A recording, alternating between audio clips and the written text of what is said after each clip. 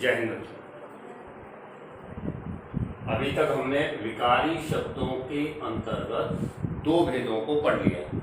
एक पहला संज्ञा, उसकी परिभाषा भेद इत्यादि। दूसरा सर्वनाम। आज हम विकारी शब्द का तीसरा भेद विशेषण देखेंगे। इसके विषय में चर्चा करेंगे, जानेंगे, समझेंगे। विशेषण परिभाषा: संज्ञा या सर्वनाम की विशेषता बताने वाले शब्दों को विशेषण कहते हैं। संज्ञा या सर्वनाम की विशेषता बताने वाले शब्दों को विशेषण कहते हैं। जैसे बहुत मीठा आम। ये उदाहरण इसलिए लिखा गया है कि इसमें तीन बातें बताई जा रही हैं। तीन क्या क्या है? एक विशेषण है, एक विशेष्य है और एक प्रविशेषण है। छात्रों को इसके विषय में प्रविशेषण अधिकांश छात्र नहीं पहचान पाते हैं। विशेष के लिए भी उन्हें दिक्कत होती है कि विशेष क्या है। जबकि हमने जो समास बताए थे उसमें कर्मधारय समास में विशेषण विशेष का जोड़ा होता है, तो उस हिसाब से हमें पता होना चाहिए कि विशेष क्या है। विशेषण की परिभाषा ये हो गई। विशेष की परिभाषा ये है कि विशेषण शब्द जिन शब्दों की विशेषता बताते हैं उन्हें विशेष कहते हैं। विशेषण शब्द, उन्हें सुने, विशेषण शब्द जिन शब्दों की विशेषता बताते हैं उन्हें विशेष्य कहते हैं। जैसे इस उदाहरण में देखें तो विशेष्य है आम। विशेष्य क्या है? आम। क्योंकि विशेषण है मीठा और प्रविशेषण है बहुत। विशेषण मीठा। परिभाषा: संज्ञा या सर्वनाम। आम संज्ञा है, उसकी विशेषता बताई जा रही है तो वो कैसा है? मीठा है। अब प्रविशेषण क्या है? क्योंकि आम की विशेषता बताई जा रही है तो विशेष्य आम हो गए। जिसकी विशेषता बताते हैं विशेषण शब्द क्या है? मीठा। मीठा किसकी विशेषता बता रहा है? आम की। तो आम क्या हो गया? विशेष। संज्ञा या सर्वनाम ही विशेष के स्थान पर हो सकता है। प्रविशेषण क्या है? विशेषण शब्द जो शब्द विशेषण की भी विशेषता बताते हैं। विशेषण की विशेषता बहुत शब्द बता रहा है, इसलिए प्रविशेषण है बहुत। आम कितना मीठा है? बहुत मीठा है। तो ये विशेषण की भी विशेषता होता है, उसे कहते हैं प्रविशेषण। अब आइए विशेषण भेद। विशेषण के चार भेद होते हैं: गुणवाचक विशेषण, संख्यावाचक विशेषण, परिमाणवाचक विशेषण, संकेतवाचक या सार्वनामिक विशेषण। गुणवाचक विशेषण में जो शब्द संज्ञा या सर्वनाम के गुण, दोष, रूप, रंग के विषय में बताते हैं उन्हें गुणवाचक विशेषण कहते हैं। जैसे काली गाय, इसमें विशेषण हो गया काली। गाय कैसी है? काली। रूप रंग: खट्टा आम, मीठा आम।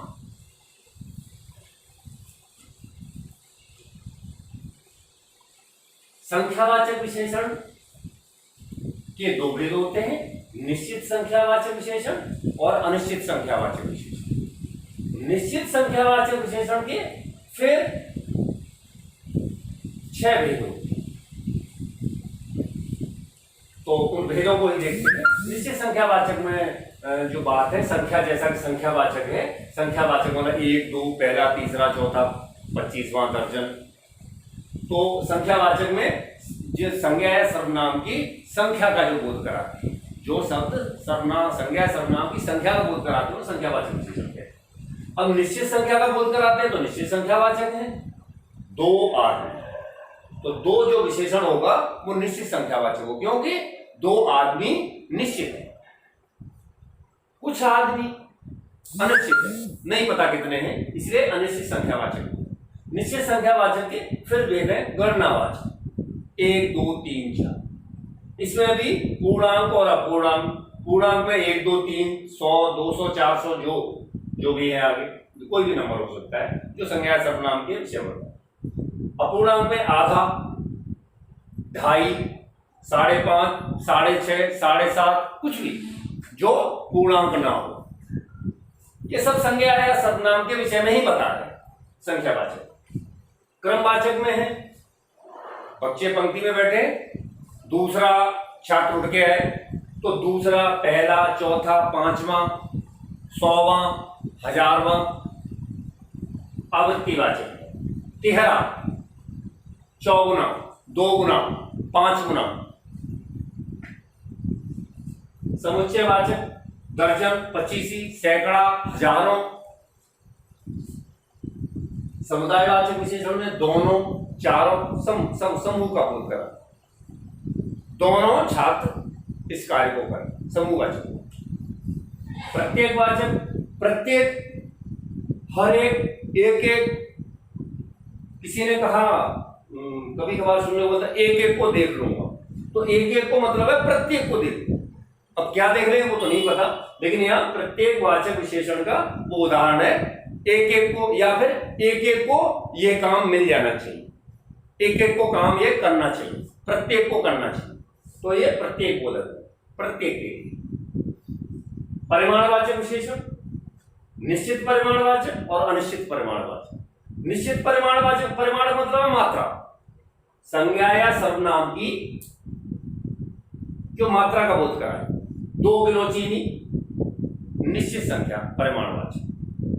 जो भी संज्ञा या सर्वनाम की माप तौल होती, माप तौल के जो शब्द हैं, 2 किलो चीनी, चीनी संज्ञा है, विशेष्य है, और 2 किलो जो है वो परिमाण, निश्चित परिमाणवाचक विशेषण। अनिश्चित थोड़े से आलू, माप तौल के मिलने वाले। केला की स्थिति जब आती है, जैसे यहां पर बोला 1 दर्जन केला, यहां दर्जन है, तो यह निश्चित वाचक विशेषण में समुच्चयवाचक विशेषण में आता है। और अगर बोला 2 किलो केला, तो ये निश्चित परिमाणवाचक विशेषण में है। इस बात का स्मरण रखें। अनिश्चित में कुछ, जो भी कितना है पता नहीं, लेकिन है मात्रा है, माप तौल की जा सकती। इसमें पुनः देख सकते हैं 4 मीटर कपड़ा, 1 एकड़ जमीन, 2 कप चाय, सॉरी 2 कप चाय तो इसमें आएगी निश्चित संज्ञा। इस बार थोड़ा स्मरण रखना है कि परिमाणवाचक जिन भी संज्ञा सर्वनाम की माप तौल करके किसी न किसी मापक यंत्र से माप तौल की जाती है, वो परिमाणवाचक में आएंगे, और जिनकी गिनती की जा सकती है वो संख्यावाचक। अब आता है संकेतवाचक या सार्वनाम। संकेतवाचक इसका नाम इसलिए है कि वो संकेत करता हुआ नजर, संकेत करता हुआ दिखे।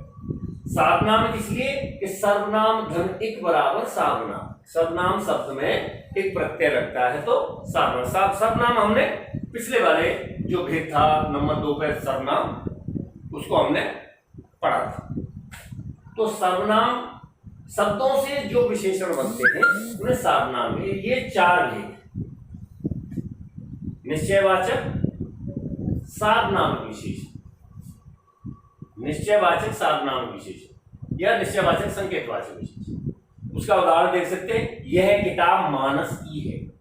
तो यहां जो सर्वनाम है ये, यह किताब, किताब संज्ञा है, संज्ञा की विशेषता बताई जा रही है कि यह किताब, सर्वनाम या संकेत के यह किताब या सर्व, क्योंकि यह शब्द सर्वनाम है, स्वतंत्र रूप से प्रयोग होगा, सर्वनाम होगा, लेकिन क्योंकि यहां संज्ञा से तुरंत पहले इसका प्रयोग हुआ है, इसका भी स्मरण रखा जा सकता है कि जो भी सर्वनाम शब्द हैं वो किसी न किसी संज्ञा से तुरंत पहले, तत्काल पहले जब आते हैं तो सार्वनामिक विशेषण का कार्य करते हैं। यह किताब, किताब संज्ञा है, उससे पहले ये शब्द आया यह किताब मानस की, सर्वनाम से बना इसलिए सार्वनामिक है, संकेत किया जा रहा है इसलिए संकेतवाचक, कुछ भी कह सकते। अनिश्चयवाचक, कुछ आदमी आ रहे हैं, आदमी संज्ञा लेकिन इसमें सर्वनाम विशेषण है कुछ आदमी आ, ये सर्वनाम शब्दों से बनते हैं इसलिए सर्वनाम होता है। कुछ हमने अनिश्चयवाचक सर्वनाम में भी पढ़ा था। प्रश्नवाचक सर्वनाम का उदाहरण है, जैसे कितने छात्र अनुपस्थित है, पूछा जाता है, साधारणतः पूछा जाता है कितने छात्र, छात्र संज्ञा है, उनकी विशेषता बता रहे हैं, सर्वनाम है, कितने प्रश्नवाचक सर्वनाम है, कौन, किसे, कितना, ये सर्वनाम जो था हमने पढ़ा था सर्वनाम में, इसके प्रश्नवाचक सर्वनाम के अंतर्गत। तो ये कितने छात्र अनुपस्थित, तो ये छात्र संज्ञा से तुरंत पहले ये सर्वनाम शब्द आया है, तो ये प्रश्नवाचक सार्वनाम विशेषण है। संबंधवाचक, जो बालक मिला था वह राम का भाई है, संबंध दर्शाएगा। बालक संज्ञा है, संज्ञा से तुरंत पहले जो, ये जो शब्द है ये इसका और स्मरण अगर करेंगे आप तो ये हमने वाक्यों के अंतर्गत लिया, वो भी किस वाक्य के अंतर्गत, मिश्र वाक्य के अंतर्गत, विशेषण आश्रित वाक्य के अंतर्गत इस शब्द का प्रयोग साधारणतः जो का या जो के विभिन्न रूपों का, ये मैंने यहाँ पर जोड़ दिया है उसको ताकि वो भी स्मरण रहे कि ये यही से लिया हो। जो बालक मिला था वह राम का भाई है, ये मिश्र वाक्य है। यहाँ पर अगर वाक्य कोई दृष्टि से भी अगर देखें तो मिश्र वाक्य है, और जो बालक मिला था ये आश्रित उपवाक्य है, और ये जो है वह राम का भाई है, ये प्रधान उपवाक्य। तो ये जो या जो के जितने भी रूप है वाक्य का एक बार स्मरण कर लेते हैं, वो मिश्र वाक्यों के विशेषण आश्रित जो वाक्य का भेद होता है उसके अंतर्गत ये आती है। विशेषण से संबंधित जो जानकारी थी, जो बच्चों को सहयोग कर सकती है या बच्चों के लिए लाभप्रद है, ये विशेषकर मैं कक्षा 10वीं के लिए पढ़ा रहा हूँ, पद परिचय के लिए तैयारी हो रही है, लेकिन ये कक्षा 9 के भी अगर पढ़ेंगे तो उनके लिए भी बेहतर रहेगा। और 6 से 8 तक, कक्षा 6 में भी विशेषणों के कुछ विशेषण बताए, परिमाणवाचक, संज्ञावाचक, पुस्तकों में दिए हुए हैं, तो ये उनके लिए भी लाभप्रद है, सभी के लिए लाभप्रद है। और किसी भी कक्षा का कोई पढ़ेगा तो लाभप्रद है, जितना भी जानकारी है उसके हिसाब से। विकारी शब्द का तीसरा भेद विशेषण के विषय में ये जानकारी हमने आज पढ़ी। कल हम विकारी शब्दों का चौथा जो भेद है क्रिया, उसके विषय में पढ़ेंगे।